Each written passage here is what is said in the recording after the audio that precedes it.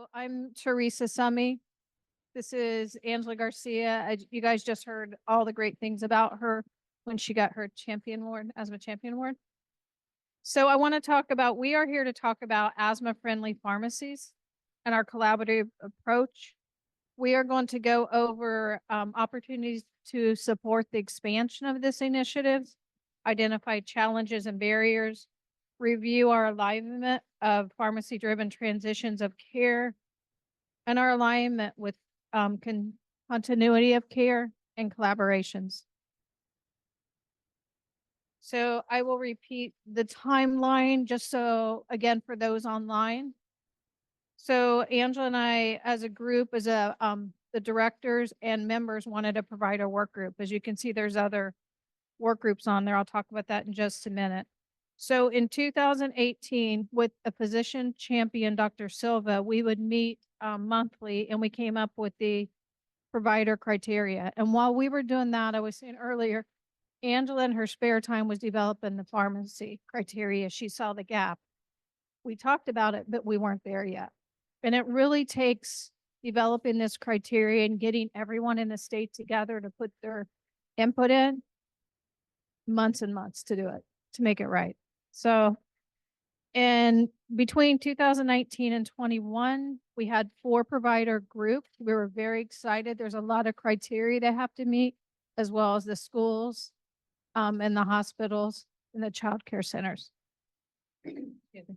So, and just so you know, it's a huge commitment. And I know those like Monica and Courtney, we worked with Lee Health with Galisano Children. There's a huge commitment of work, everyone that's working on this. You have to first start with a leadership team that's committed to making this happen, like you at St. Joe's. And then there's education based on your discipline. There's education for everyone. There's asthma action plans that have to be put in place. And again, I say this broadly because it's every one of these groups has the same requirements, but at different levels, very different levels, obviously. So, and then you have to do performance improvement to make sure what you're doing is working, right? That it's helping our community asthmatics.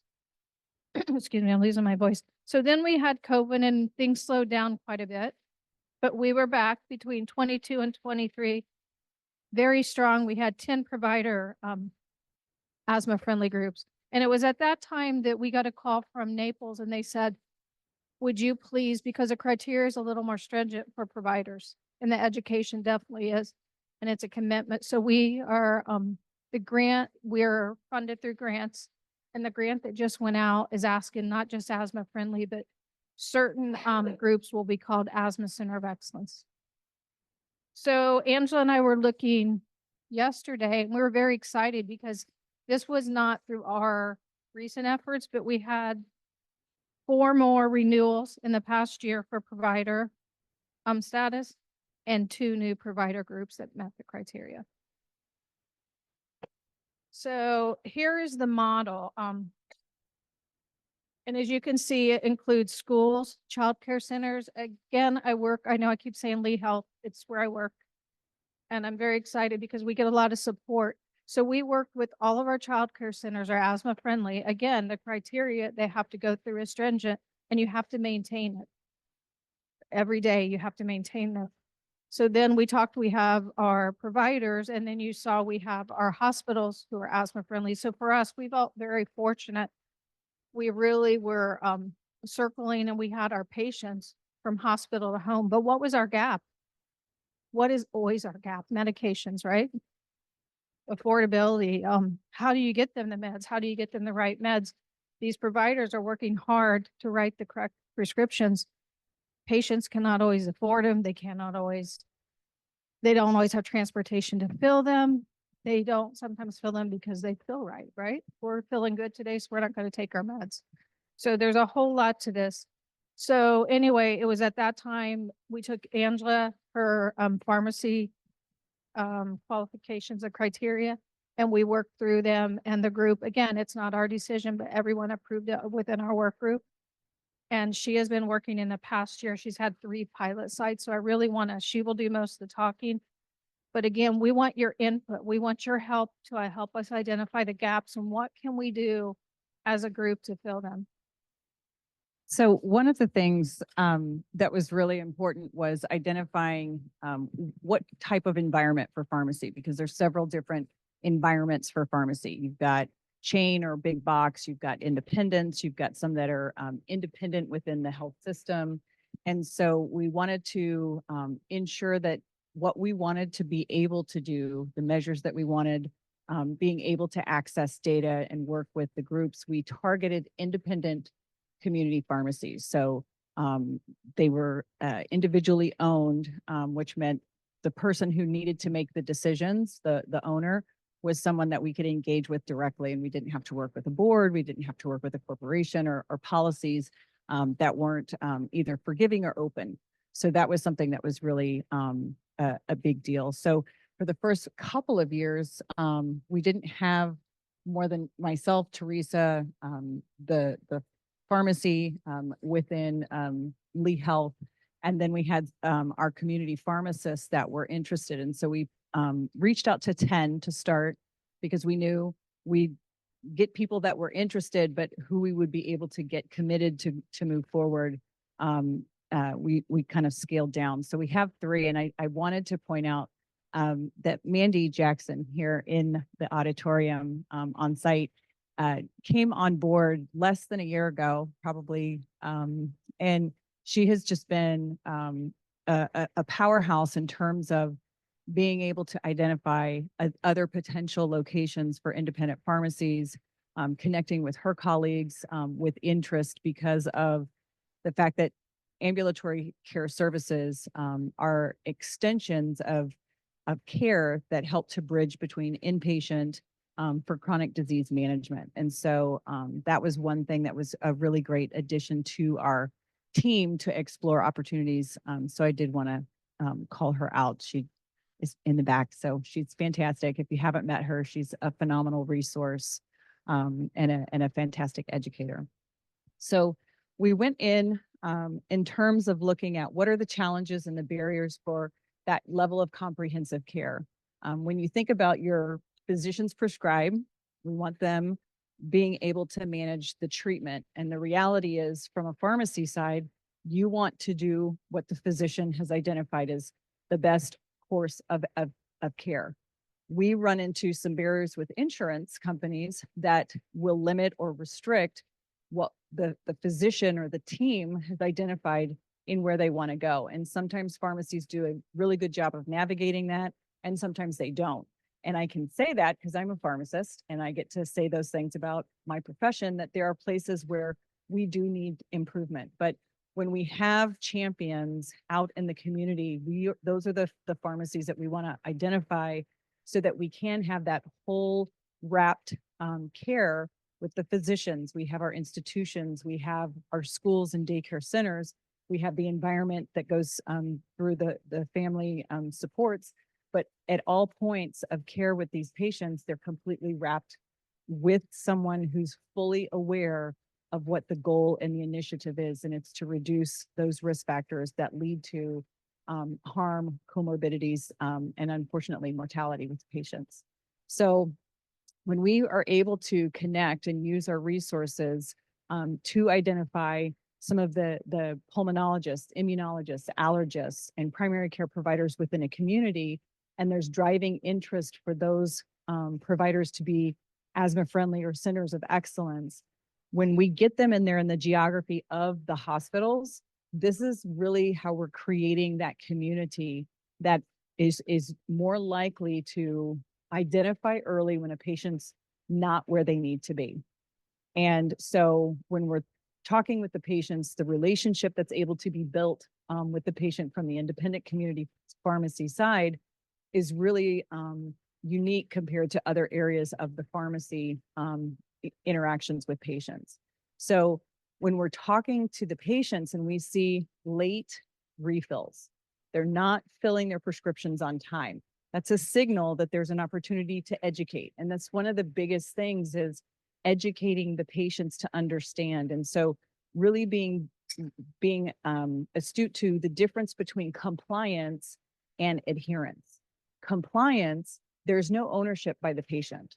They're being told what to do, right? And if you think about teenagers and compliance, with house rules, right? Even in their heart of hearts, they want to be good. They really do. But sometimes they're not. And when they're not, we run into some of those issues. And so if from the pharmacy side, we can see patients are not coming in when they're supposed to. Refills are not happening when they're supposed to for their controller or preventive medications, then those are the signals for us that either the patient might be out of town, they might be seasonal, maybe they've moved, but at some point they're no longer adherent, which puts them at a greater risk for either hospitalizations, unintended visits, or emergency department visits, right? So the other is early refills. So if we start seeing rescue medications being the primary thing that's refilled, or they're coming in and it's a refill too soon, again, there's a problem with understanding what those medications are for, which ones they're supposed to be using, and then it should be prompting the conversation of what's happening here, right? So to get around some of the insurance issues, we do want to, initially when there's a prescription, we shouldn't be refilling rescue inhalers every month, but they do get refilled that way. They shouldn't be, but they do. We like to say, make sure you have one for school.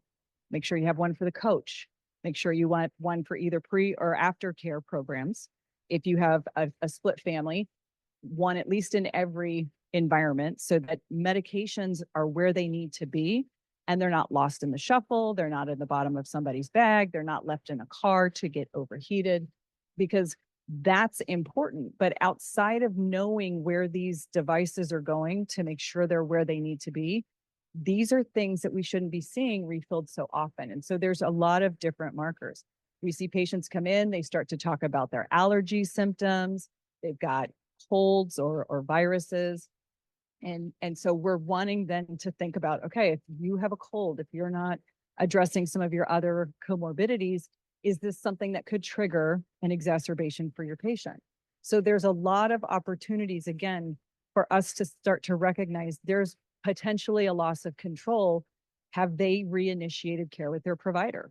Have they gone back to the doctor to say, do we need to step up? Do we need to do something different to prevent the urgent care visits, to prevent the emergency department visits, and to prevent those hospitalizations? So that's really kind of the driver behind saying, can we bring this comprehensive care to the patients? And can we be another set of eyes once they've already been diagnosed, they're on the right treatment, to prevent them going into the hospital, coming back out and going back in, or to be more judicious with the spend of healthcare dollars to prevent using the emergency department or urgent care as primary care.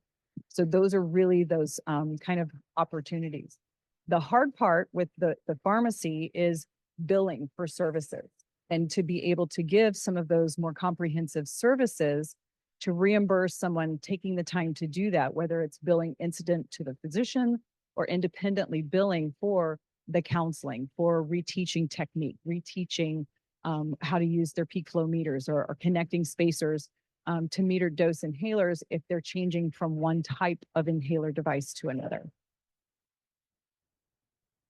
So beginning with our asthma initiatives, going from inpatient to community, I'll let Teresa kind of talk initially about some of the parts of the program there.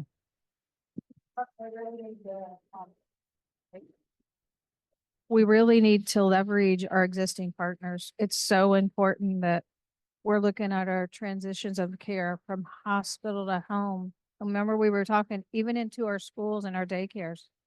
We need to leverage all this so our patients, our community asthmatics, we're making sure they're okay all the way around. Okay. And again, I'm a big believer in you don't know what you don't know. And we see patients every day in our office that walk out full of hope.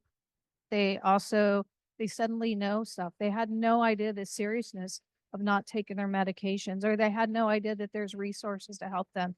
And what's concerning is there's a lot of great resources. We don't even know all of our resources, right? I think we're constantly learning. So I met with Gloria with Florida Blue yesterday. I was blown away. They are sending toolkits home to their patients with, I think, action plans, peak flow meters, education. Do you want to add anything? Because it was really great. I'm like, the resources are there.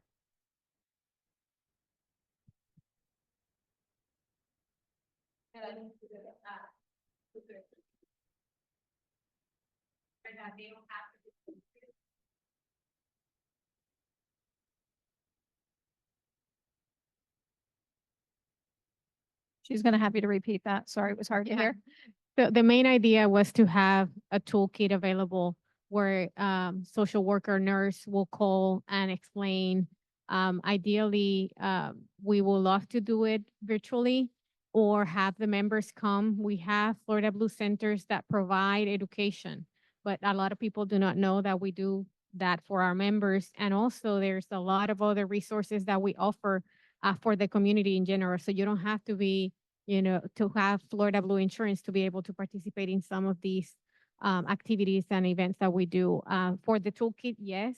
However, we're thinking about creative ways of expanding the programs to other regions. We started in Central and Duval County because Polk County and Orange are the ones that, for our population, shows the majority of the members that have the asthma prevalence. And we'll see where it goes. We're doing a pre and post test.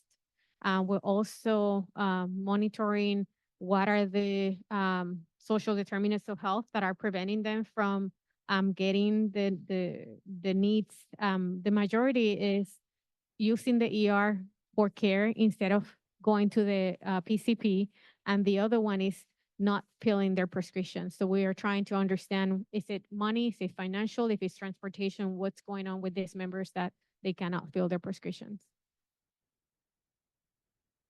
Yeah, another resource, and I know you guys heard that, was AirQ. I mean, we had no idea. How are we going to look? I mean, we can see impairment. How are we measuring our risk? So the resources, I cannot say that enough. No, I do not work for AstraZeneca. I'm not trying to promote that in any way, but we use though. It's really valuable.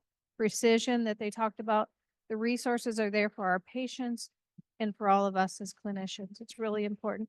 I met also with, and I am so sorry, I don't, some ladies from Tampa General.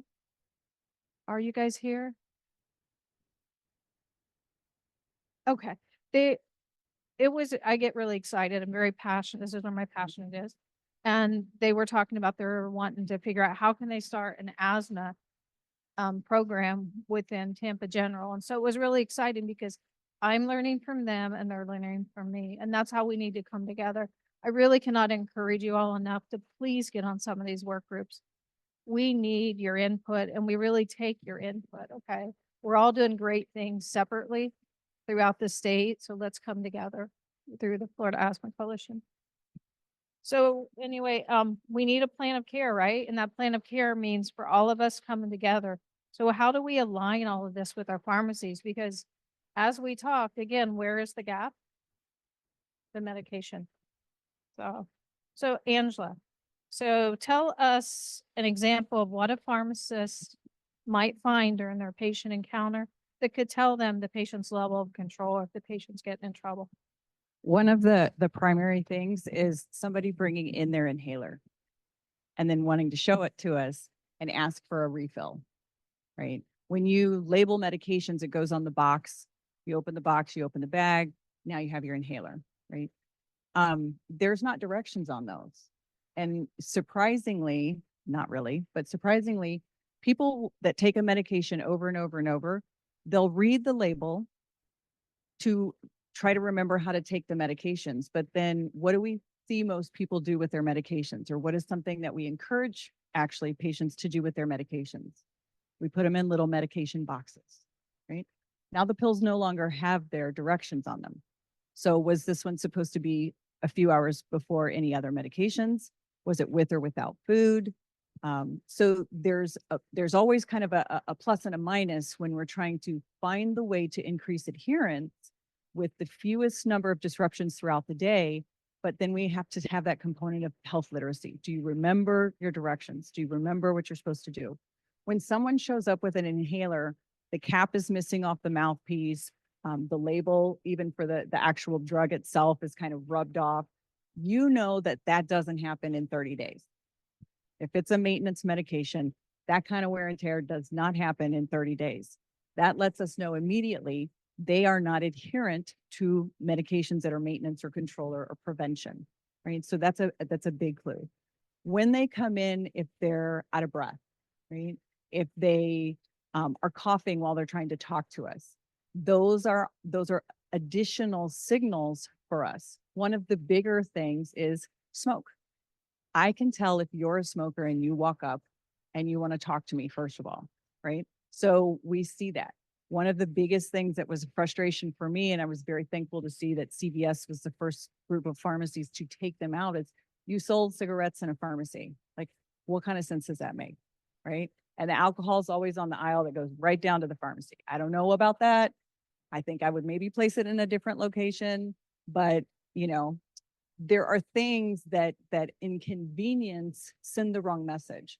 So another one of those things, as I was saying earlier, is somebody coming in, they have a cold. Someone comes in, they have allergies. Someone comes in, they want to take some other type of medication. And if you're able to hear the conversation, you hear them talking about something that they want, you can get out there and you can say, let's talk about anything else that you're taking to make sure that what you think is safe over the counter is actually safe for you or safe when you take it.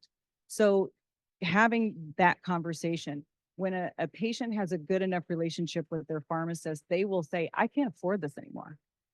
If they don't, they just stop coming to take the medication. They just don't ask for the refills. But you have an opportunity to build that relationship. And then that's where that question comes up. How can I get my medication? This is too expensive.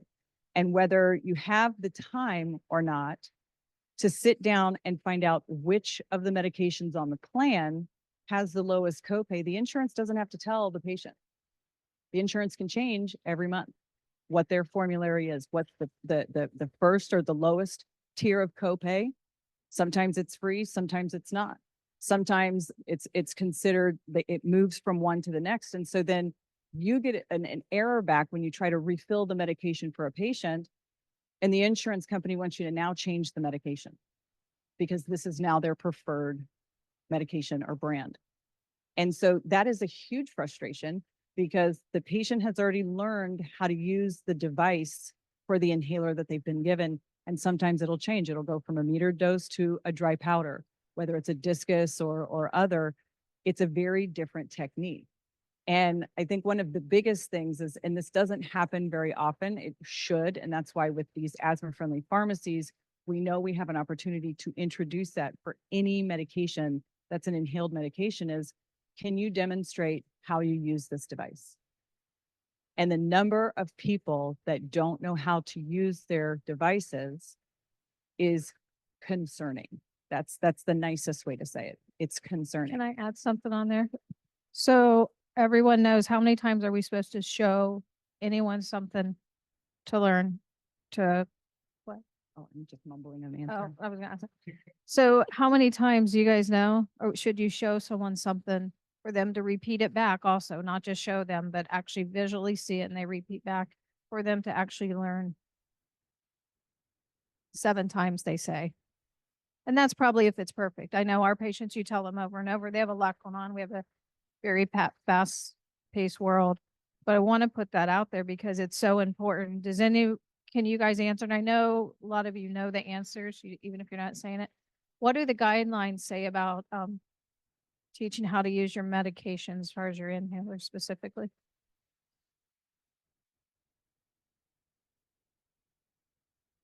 It says every visit, every place they go, every time they come, you're supposed to have review inhaler technique.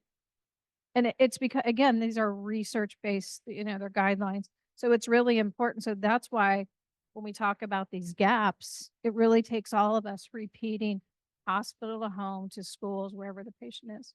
One of the things that I used to love to do with the students, and they hated it, but I loved it, was I'd just show up randomly to a pharmacy, right? We don't want to do polypharmacies, so we don't want patients to go to multiple pharmacies. But there were programs that were like, you could get a $25 gift card if you filled your prescriptions and you transferred them in from another place. Well, what that does is it puts one at every pharmacy in their driving circle, right? And then when there's something wrong, there's no communication between pharmacies. So Publix doesn't communicate with Walgreens. They don't communicate with CVS. They don't communicate with Walmart. No one communicates with Costco. So no matter what's going on, and then you have all your independent pharmacies. Well, at least with the independent pharmacies, they're such a smaller group. They'll call each other on the phone and say, hey, do you have this? They need it today. And swap, right?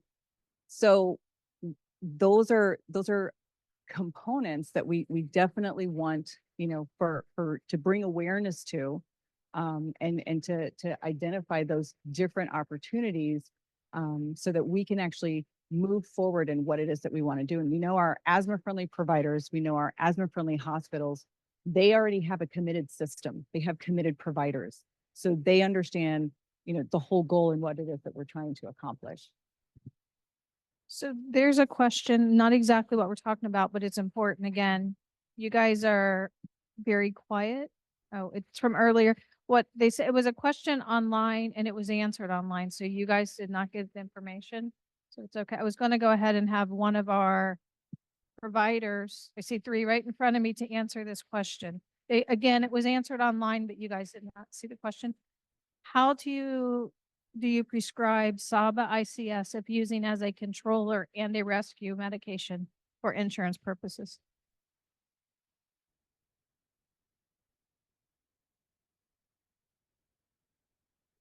Global, the Initiative for Asthma and the NAAPP update of 2020 recommend a bronchodilator ICS. Every time you use a bronchodilator, you should use an ICS, but they go about it in different ways. So the Global Initiative had the European model initially, which was terrific. It was different data with using different types of inhalers, turbuhalers for ICS formoterol, for example. Conceptually, it's terrific. It's great just to have one inhaler to do all things to that individual, but we don't have a product that has a LABA ICS FDA approved in the United States. But John and I were just talking about this as physicians. We do this. We recommend patients, but then they run out of their inhaler by the end of the month. There happens to be a newer product, and a SABA ICS that's available that can be used as you would albuterol, getting away from using SABA only because of the increased morbidity and mortality associated with SABA use only. I think these concepts are terrific. And I'll tell you, starting with specialty offices that do not do the education that they had to do, we're woefully deficient. And it's really become I'm really almost embarrassed to say, it's just, this has to be a team effort. When I was in medical school, we didn't even consider pharmacists as part of our team. Mm-hmm. So, I come from an old school of training, as the elder statesman here, I tell you, you have to look at things a different way because we're not accomplishing much siloing ourselves and doing it ourselves. I think starting with the pharmacy really becomes the gateway to the success story of that individual. Because if you don't fill the prescription, then whatever we write really doesn't matter.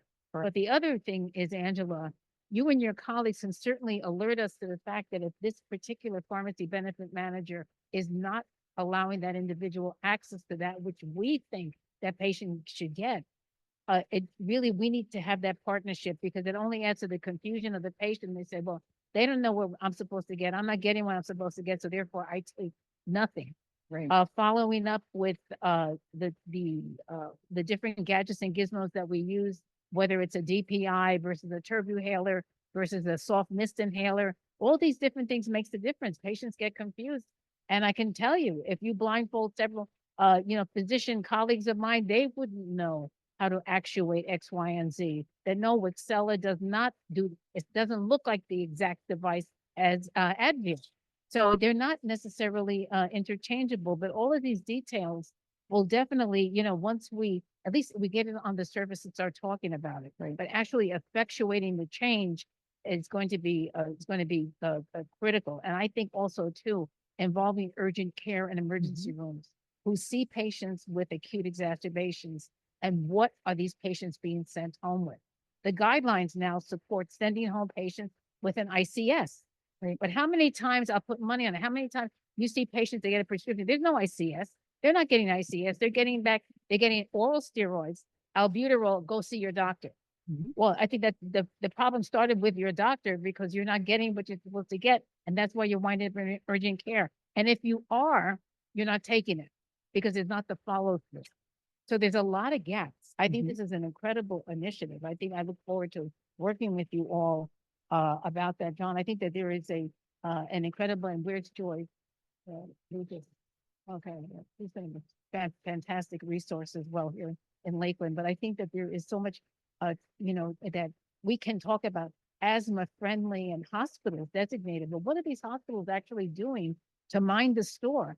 They should be keeping records about these high flyers. And if these kids are coming in and out and they're coming in too frequently, this is like not like a day pass, the turnstile of New York City subways.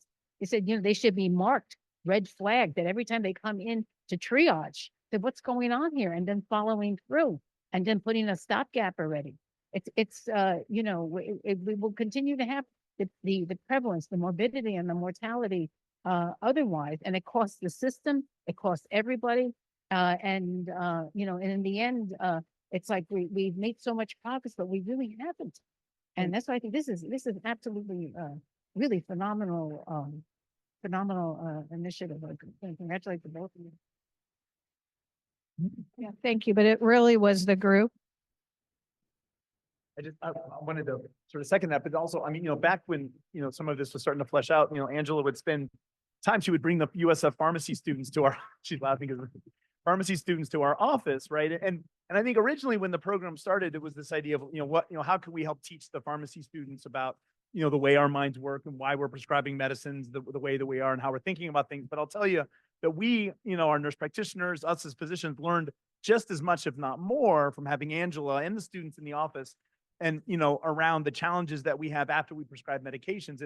And Angela would infamously kind of, see something going a little wonky when we were trying to prescribe something. And she would, all right, I'm going to go talk to this pharmacist. And then you'd hear, and she'd set the pharmacist right, I'd say maybe, but just helped us. I mean, because we live in this little sort of castle, like, well, I'm the doctor and I'm going to get whatever I prescribe and there's going to be no problems. And it helped us, understand where can things go wrong into greater detail than we sort of knew that, maybe it doesn't always happen like we intend, but Angela really helped. But it was great just even having, I think, the pharmacy students in the office, getting a chance to see a high volume, of these sort of higher risk patients and why it is that as specialists, we might choose certain medicines over other medicines. So, I mean, I think as programs, I mean, I would encourage anytime students can get in the specialty offices, whether it's respiratory therapy students, whether it's pharmacy students. I mean, but it really was, it was eye-opening, I think, for everybody.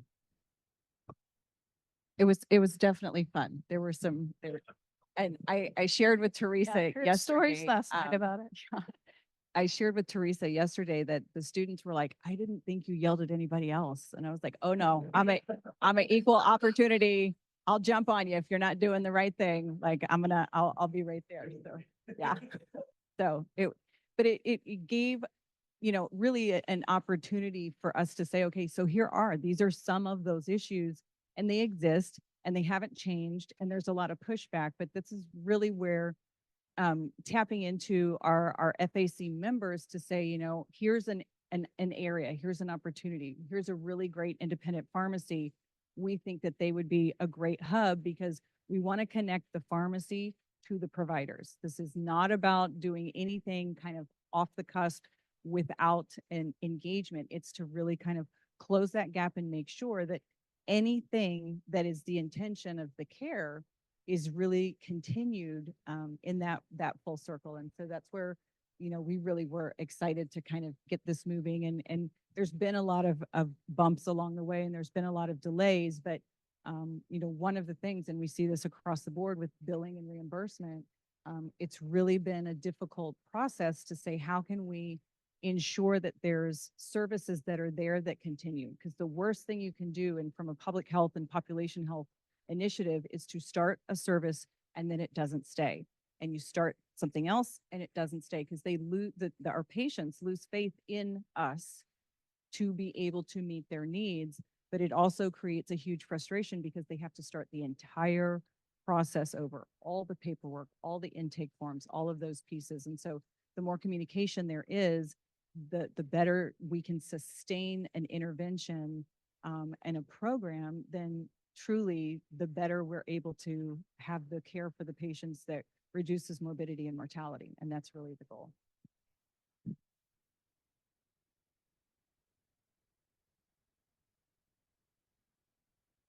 I used to work with the military, and we would pull up our population health and, you know, our patients, and then people that were asthma coded, if they had been in the ER or frequent visitors in the clinic, we targeted them and right, you know, did reach out to the patient for education. And I'm assuming that that happens in civilian world too, that we're doing, that's who the case managers reach out to. And okay, so, okay, I know that those programs exist. I know that's why you guys have to code for visits, because it identifies populations, and I feel like they should be pulling into your. Yes, and you're preaching to the choir because I think everybody's in on that same mode of thinking. And that's really interesting because we all don't know what the other one is doing, like you were just saying. There's so many great things going on. Every one of the vendors is, I get, again, very excited that they all have phenomenal resources. They're very supportive of us. When I say us, all of us, the FAC, they want to see improvements in asthma outcomes, zero mortality. So, I mean, please use the resources. Did you want to ask Dr. Lucas something? She's here. Your name came up when you just stepped out.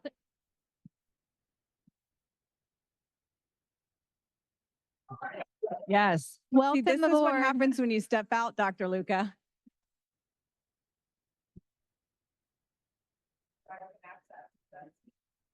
Great. So something she was talking about the database. I know, so our team is respiratory therapists and AECs. And again, we all have the same value. We just work differently, right? We need to come together. But our pharmacy gave access for them to have, I think, doctor first, I should remember. So they can see, are they really refilling? We support our providers. Are they really refilling the meds? How often are they refilling them? So I think there's, again, a lot of resources. Dr. Lucas, question for you. I'm really putting you on the spot here. I know. Who has the question? I have a question for her. Oh. And if you guys wouldn't mind, anybody that does have questions, speak into the mic so that those that are joining us virtually can hear it as well. Thank you. I'm hoping you can help us on our work group and consider maybe being our champion. I know I'm putting you on the spot. She's like, great, in front of everyone.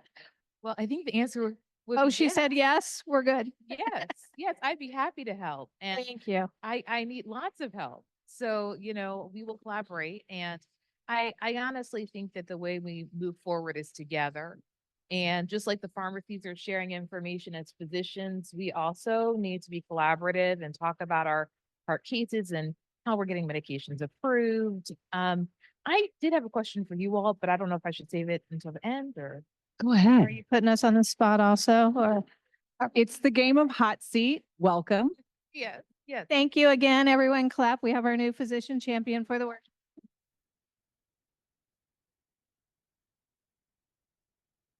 So I was wondering about biologic and Microphone, please.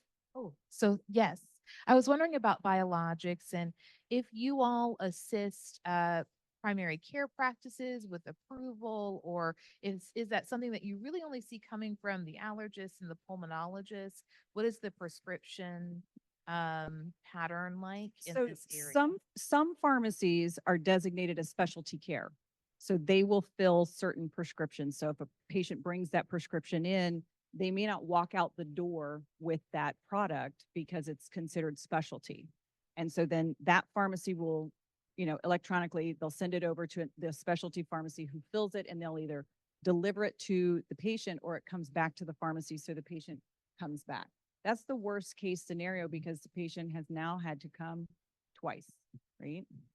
And when we have providers that actually have samples, or when there's a dispensing physician, not to, you know, and I'm a pharmacist saying this, so I know I have to be careful how I say it, but it's not intended to cut the pharmacy out. It's intended to get that patient started immediately because we know there's a small window, and the slightest inconvenience to a patient means they're either not filling it or they're not coming back to pick it up. And so that's a huge frustration. That's beyond a lot of, you know, at the individual pharmacist level. But again, if we can identify some of those best practices through the independent pharmacies, then we can start to say, do we need to look at policy change? Do we need to do that? So we did have some legislation come through that is now going to let school districts opt in to add the inhaler, the rescue inhaler or rescue therapy to the list that's available for students at schools. Depending on the school district, you have to have permission on their letterhead permission form. So if the doctor writes the note, it's still not going to get the child permission to carry and administer or bring their medication, and still have to have the nurse administer it, which, you know, if you're having a crisis moment, taking your medication down to the nurse is probably not the most effective way to do this. But it's a big frustration where you see the problem, but to make the intervention is pretty, sometimes it's an uphill battle. This legislation that passed that's going to allow the schools, one, it's an opt-in. So if your school district doesn't understand how important this could be for your students, there's an education piece there. Then you have to say, okay, so what does this actually really look like? How is the medication going to get into the nurse's office? Who's going to write the script? Who's going to fill the script? Who's going to pay for the script in order to make sure that it's sitting in the school, in the nurse's office? Who's going to make sure that it doesn't expire? Who's going to make sure that it's secured? So there's all of these pieces. And that's why when the boards get together to decide then, now that this bill has passed, what does it actually look like in practice? It's important to make sure that there are providers and pharmacists at the table so that they make sure that they don't make this an impossibility for schools to implement. And so having physician champions, having specialist champions, and having people that are willing to intercede helps us to create that seamless process, because we get great ideas, we get good initiatives, but there's stop gaps in there. And that's really what we want to do with the provider work group, is to identify what things are changing, where do we need to be as a coalition, as a voice in some of those initiatives, because we want those things, but we have to be very careful how they get implemented, because the language can lock us up real easy. I think, but I expand on that. An inhaler is one thing. A monoclonal antibody is a completely different thing. And so I think that this still belongs in the purview of the subspecialist.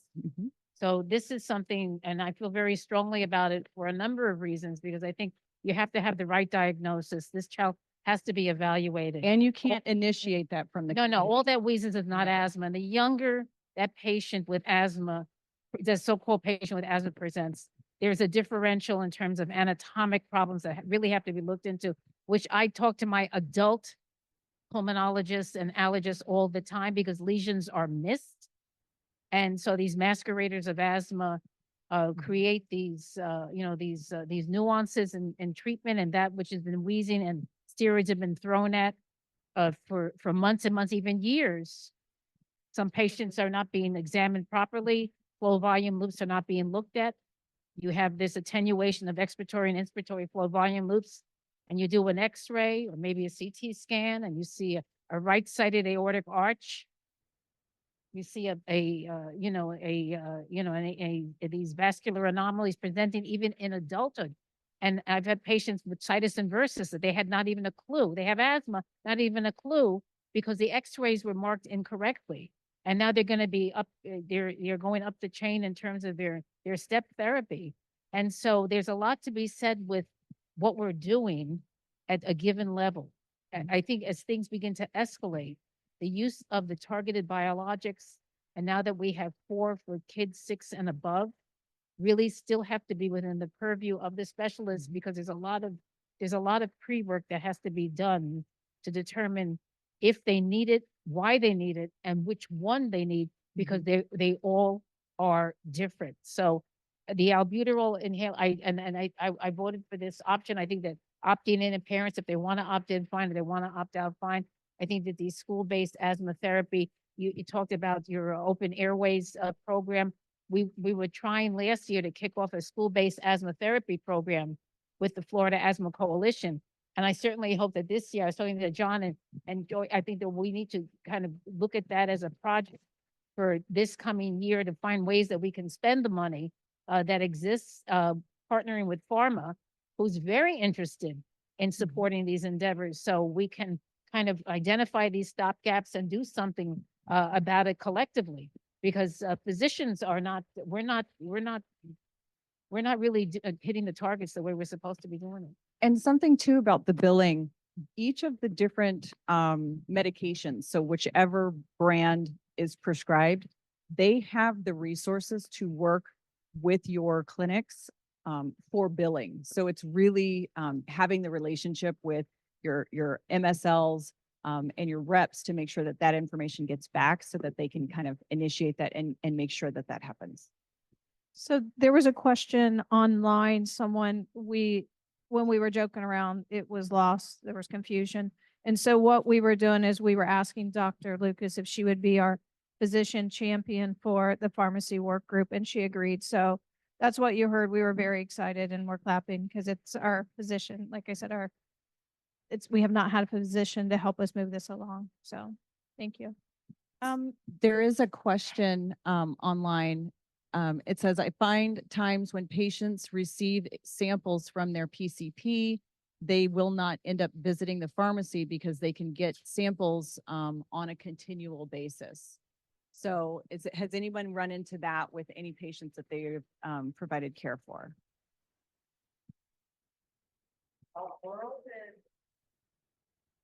Okay, I do pulmonary functions in the adult world. And so obviously what I'm dealing with is your Medicare patients. And I tell you what, every last one of them, that donut hole is huge.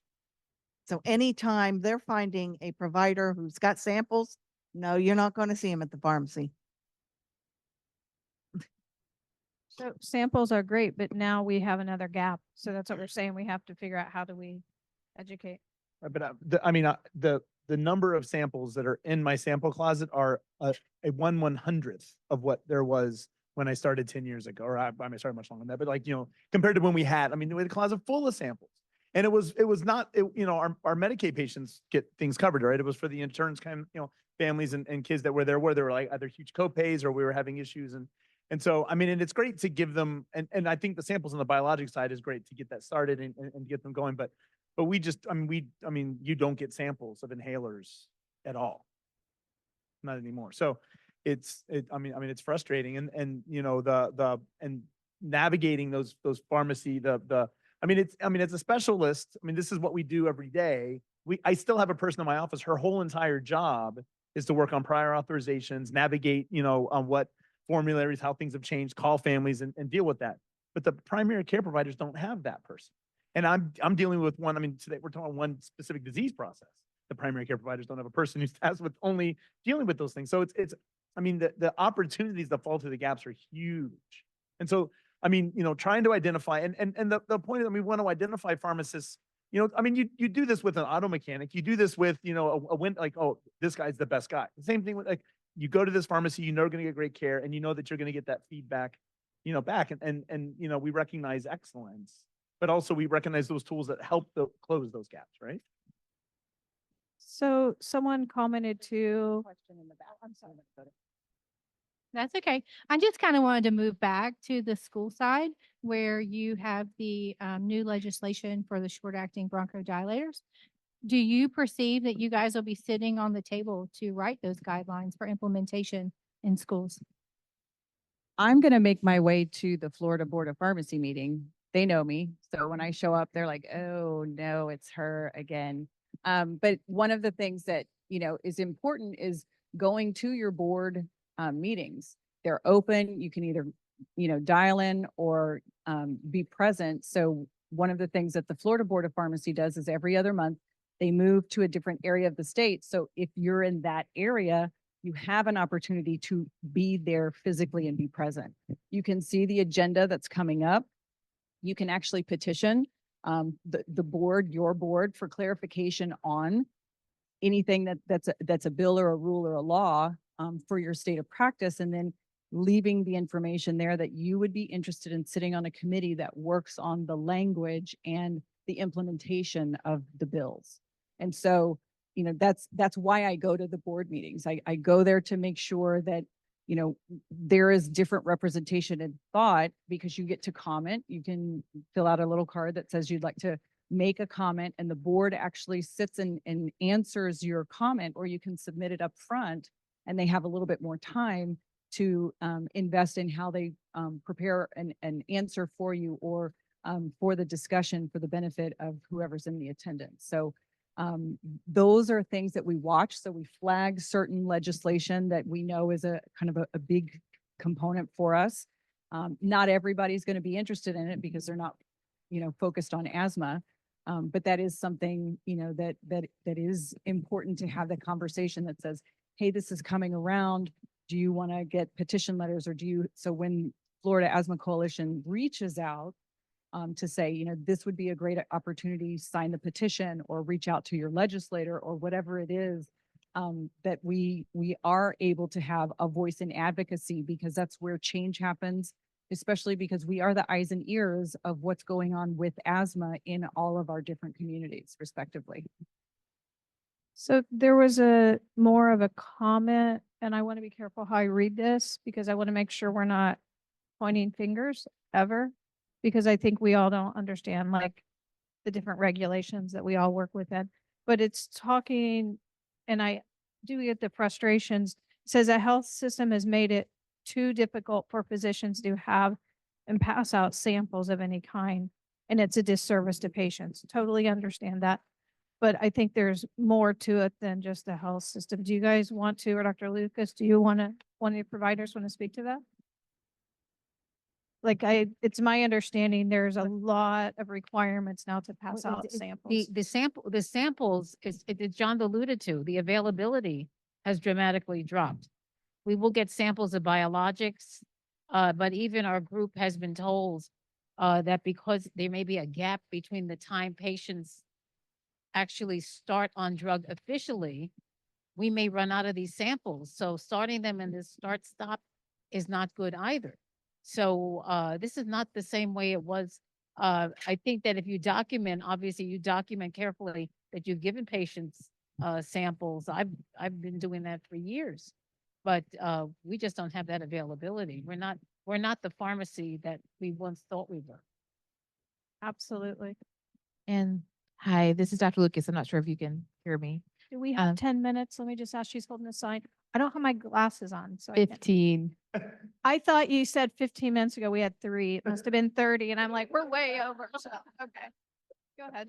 Sorry. Go ahead, Dr. Lucas. No worries. You know, we're not actually allowed to take samples in our office because of some of the students that we teach and the policies that our institution has put in place. We do have a robust nursing team that go about doing the prior authorizations for the medication. So we are in most instances able to get them in a timely basis. We do, though, meet regularly with the pharmaceutical reps to find how to work around the issues that we run into with insurance, which are numerous, and we get a lot of denials. But, you know, we wish that we could take samples. I think for a lot of our patients, especially with private insurance, the cost of some of these medications and the way that we have to go through many hoops to get them approved is prohibitive for starting some of the biologics in a timely manner. I was hoping to go through and just kind of see real fast what everyone's discipline. And just if you could quickly, and if you don't want to, you don't have to. I'm curious who works in the hospital, who's in an outpatient, who's in a provider office, and just to see what mix we have here, because I'm really hoping a lot of you will join our group. Gonna start? Well, I'm a pediatric pulmonologist, and we're private practice, so we're office based, but we have an inpatient consult service and our own inpatient service itself. So we're kind of a hybrid between hospital based and private practice.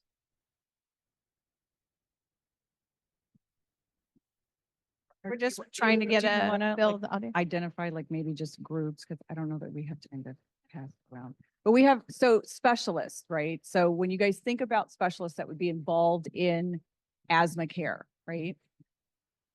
Pulmonologists, immunologists, allergists, any other ists that are primary that we see really with our patients with asthma. Right, right. So there's that group, right? So now thinking about like how many different places a patient might, go through in their wrapped care. Primary care. How many primary care providers do we have? Any in the audience? I don't know if we have any online, right? But we have primary care. We're looking to see if there's any primary care providers online.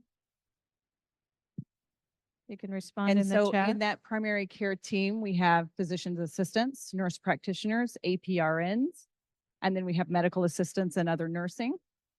So there's a group. So do we have any of that Yeah. represented? Do we have nurses, nurse practitioners, or even PAs? Or physician's assistants? Right? Yeah. Are you guys PAs? And we're actually work with Dr. Lucas. I am Dr. Lucas's nurse. That's why she kept looking at me. And this is her nurse practitioner. To save her? Yeah, that doesn't work well. Calling out the subspecialty nurse practitioner, right? I mean, Right. because I think Because you we lean guys have- very heavily on, oh, sorry. We lean very heavily on our nurse practitioners and a subspecialty nurse practitioner, is, a little bit different than primary care nurse practitioner in terms of what role they're going to play. And their education and their familiarity with guideline-based care. And that's really a distinguishing factor that I've seen between both the primary care office that I was with and Dr. Perpich's, pediatric pulmonology office. Like there are differences in the training, and also those are the things that you catch certain nuances with your patients. And so making sure that those teams are connected. And one of the things that Dr. Perpich and I had frequently talked about was in the Hillsborough area, the Tampa Bay area, a lot of primary care providers have sort of surrendered care to the specialists to manage the whole disease state from that point forward. And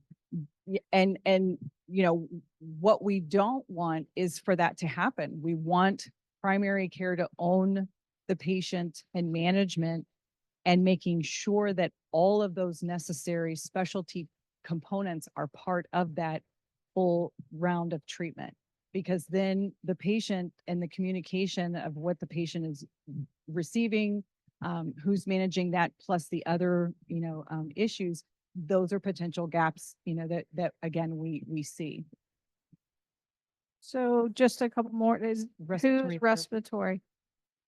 Right? Yeah.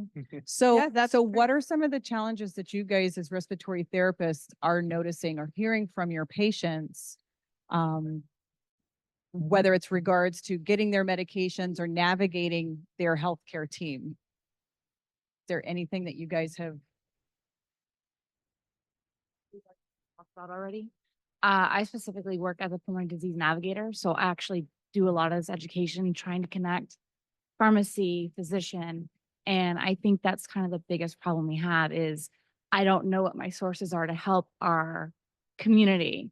And so working with bedside therapists who are actually working clinically, I work with them going, hey, we can try doing this. So again, it's the same problems we're having. We're trying, we just don't know all of our, what I'm hearing now that I'm like, I need to go talk. What's your name? Ashley? Ashley? She's saying write that down. She's whispering, but So Ashley? we'll be reaching out. Wonderful. Dr. I was going to hit y'all afterwards. so there's also online, and it says I'm a medical assistant and another respiratory therapist. Do we have any community health workers here? Oh my gosh, I love you guys. Like it's Yes. so necessary. Raise their hand. Do you guys want to add anything? Any gaps? I mean, you guys are right there with the patients. I just echo what you said, Ashley, right? Yeah, resources. For our program, we facilitate a pediatric home visit program. So we actually go into the homes, we complete environmental assessments, we identify triggers that you won't see in an office setting. So that's a unique perspective for us. And then we take that back to see, okay, what community partners can we partner with to address those various issues? As well as resources with our CBOs, just general community partners. For our program, our CHWs live in the communities that they serve, so they are aware of those various services. I think what you guys do is just off the charts. It's so amazing because you develop those relationships, and without a relationship, none of this works. Is there anyone else? Are we missing any discipline? Sort of ish, maybe. You see too.